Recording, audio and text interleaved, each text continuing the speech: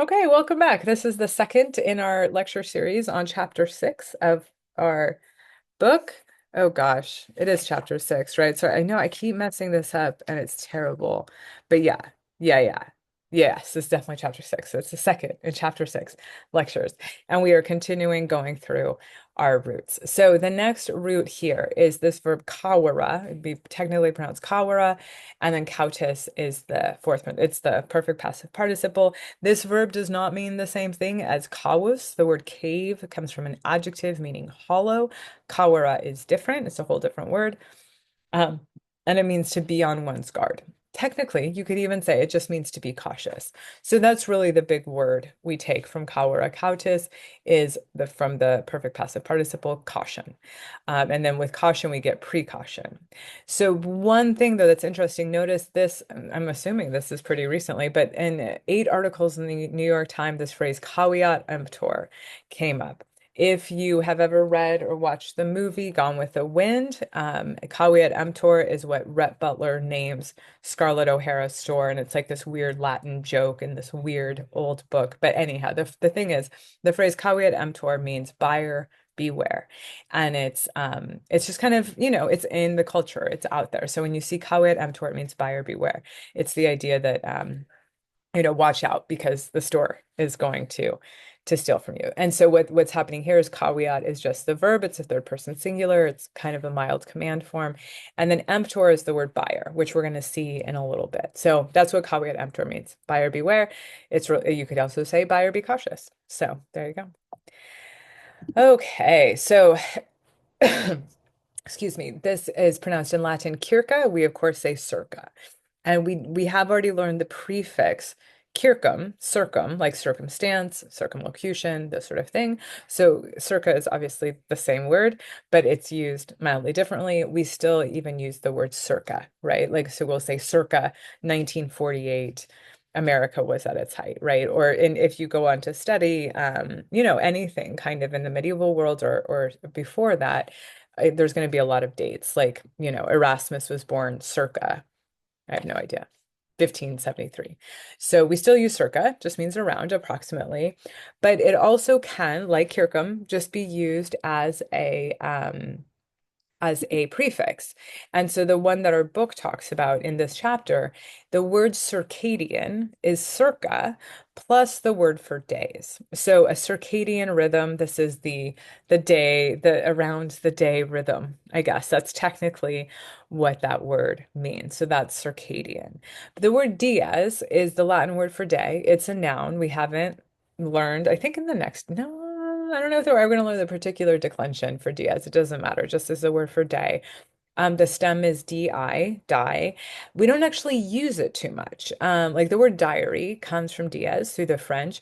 We all know the phrase carpe diem, seize the day or pluck the day if you want to be technical and accurate.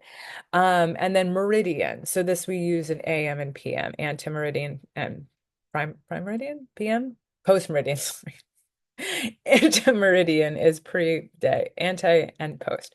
So the word meridian means midday. So that D in there is coming from Diaz. So it's around. We'll see Diaz throughout our lives. So here's another verb, a very popular, common one, dicere dictus. I feel like I've mentioned this in a few other lectures because I thought we've already learned it, but this is our verb meaning to speak. Dicere is our infinitive, dictus perfect passive participle. We have the stem of dic, D-I-C, and dict, D-I-C-T. So, there's some words that are just very obvious. Diction, this sort of thing, dictionary. But one word that is of interest, especially if you're, looking to go into the legal field or something like this, the word indict. So this is indict, that's how it's pronounced, and it means speak against. So an indictment is a charge, right? So it's when you're speaking against somebody, and now has this very technical term of bringing a charge against someone. So that's indict. When you indict someone, you bring a charge against them. Interdiction is not quite the same thing. Interdiction is forbidding, right? An interdiction against, vaping or whatever. It's you're speaking in between um, the action, the doer and the action, right? And you're saying, no, you can't. That's an interdiction. Dictionary, we know what this is. Diction as like the art of speaking. So when you predict something, you say before it happens. That's prediction. Contradict is when you speak against somebody. Dictator is a good speaker, right? Great. And then verdict, and this is my favorites, is it's actually, this is not verdict, ver is not a stem. Sorry, it's not a prefix we're going to learn because it's not a prefix really. Ver is coming from the Latin word vere, which means truly. It's an adverb meaning truly. And so vere dictum would be something spoken truly and has just come to have the specialized meaning of the thing spoken, by the jury. So that is verdict. So that's a great verb. All right, so Diurnus, I will confess, this was a shock to me. I learned a lot. You learn every day. I did know the word Diurnus meant related to the day, and the word coming from Diurnus in Latin is the English phrase diurnal. No, but it was completely news to me that diurnal is just the opposite of nocturnal. So you have your nocturnal animals, your owls or whatever, and then you have your diurnal animals. And so diurnal is just activity during the day versus nocturnal, which is actually activity during the night. So that's what we use it for. There's no other words in this book that are really related to that, but it's good to know where that comes from.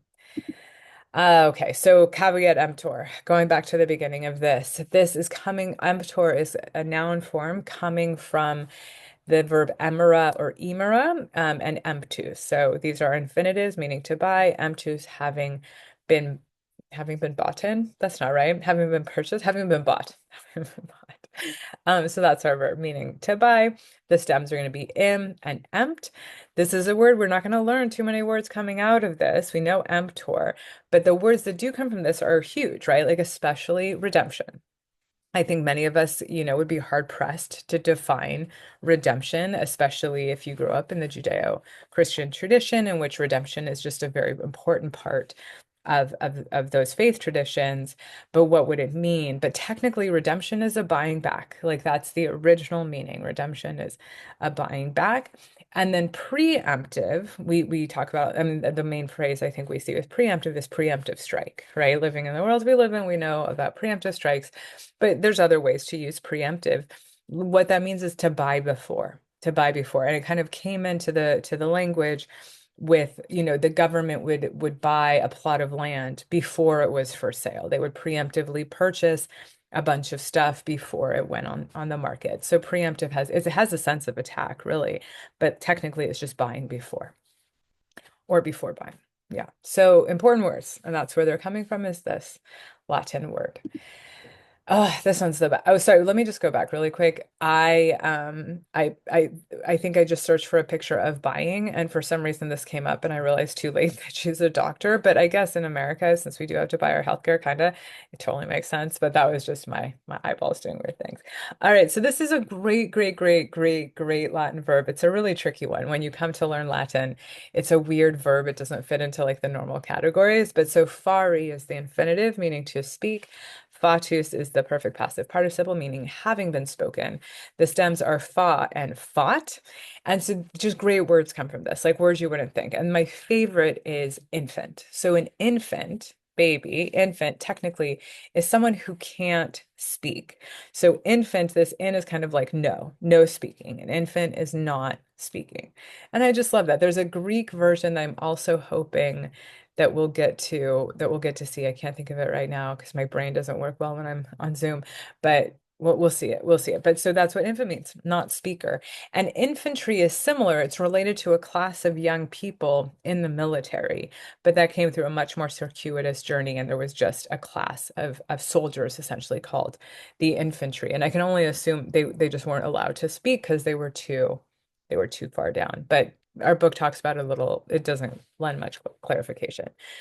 So the word fable and fabulous, these are both coming from this word fabula, Latin word fabula, which itself is a spoken story. A fable is a spoken story, so that's how we get that.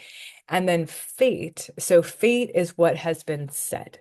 So that's where it's coming. Fate in English comes from this Latin word fatum, that's the singular, and then there's fata.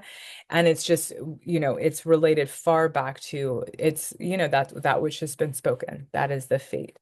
So I think that's really interesting. Like, I don't know that I would make that connection otherwise. And so then fate kind of shoots off into fatal. Something that's fatal, technically, fatalis is just kind of told by fate, foretold by fate. So fatal just kind of means inevitable, and it has come to mean death, right? Like fatal, but it originally just had the sense of being tied to fate, being unable to be changed by free will, this sort of thing. So that's we're going to talk about that a little bit, I think, later on in this lecture. And then ineffable, this F here is this, and so ineffable means unspeakable. She has a certain ineffable quality, indescribable. So that's what ineffable means. Yeah, so I love that word. I think it's one of the great ones. It's like a fun secret to have because it's very hard to make that connection otherwise. And then we have this word, FOSS. And I was very surprised to see this in this book just because FOSS is a unique word in Latin. It is only ever FOSS. It doesn't change its things. And mainly you see it in phrases like FOSS est. It is holy. It is right. It has this very profound sense of divine law for the Romans. And so it's Virgil and but it's a very powerful word. And it doesn't have many English connections at all. I mean, it is in some way related to speaking, but not in a way that matters at all. The way our book brings it in is by negating it. So fas est is Latin for it is holy or it is right. Nefas, Nefas, est, nefas est, it is unholy, it is wrong. And nefas is used a lot, almost to mean wicked. The opposite of divine law is wicked. And so that comes into English in the word nefarious. Now, I do think that this is like a video game, nefarious. There's a really scary movie poster that I'm just like, I'm not going to use that one, but we use nefarious all the time, nefarious purposes. So nefarious is coming from this negation of FOSS. And so that's why it's in this chapter. It's like a very particular um, instance, but it's a great word. FOSS is a great word. So I'm glad you know it. Okay, so here is a very common and very difficult Latin verb, just because if we were in Latin, we would be talking about this. The Latin verb, the infinitive, is fere, which means to carry. And look how different that perfect passive participle is, latus. These were originally two different words in the Indo-European tradition, but they got jammed together. And so we're learning them together, interestingly, in this class. So fere means to carry, latus means having been carried. It has these two distinct stems, fere and lot. And, they just pop up in a bunch of different places. I do want to point out, because this is theoretically a class that'll help you read, legal documents, that we have in English this abbreviation. Sometimes you see CF and it'll say, CF and then a sentence or a name or whatever. And CF is short for confer, which doesn't mean, gather together, but it means compare. Confer means compare in Latin. Now in English, confer means to come together to like talk about something. So it's kind of just two funny uses of the word. But transfer means to carry across. Refer means to carry to somebody or to somewhere else. Fertile is coming from that fair, and it's just fertile means able to carry. And so land that is fertile is able to carry fruit, right? So that's kind of where that comes from. Suffer means to carry underneath, obviously. That doesn't make a lot of sense, but that's technically the original meaning. Differ means to carry in a different way. Prefer means to carry first, to carry first. So those are all related, and I'm sure there's a bunch of others. And then these are all related to the latus. So relate is also to carry, kind of carry towards or carry through. It's just a different stem, and so slightly different meaning. Translate, we know what translate means, but technically it's just again carry across, like transfer. And then sublation is a medical term. I think it literally means to cover, to carry under. It definitely has a kind of specific sense in it to assimilate a smaller entity into a larger one. So it looks like it's a philosophical term. So that's technically what it means. Hopefully that will be helpful to you. It's in the book, so yeah. Okay, wow. So let's end on a high point. Let's make that the end of lecture 2. And so come back for lecture 3 and we will finish up this chapter.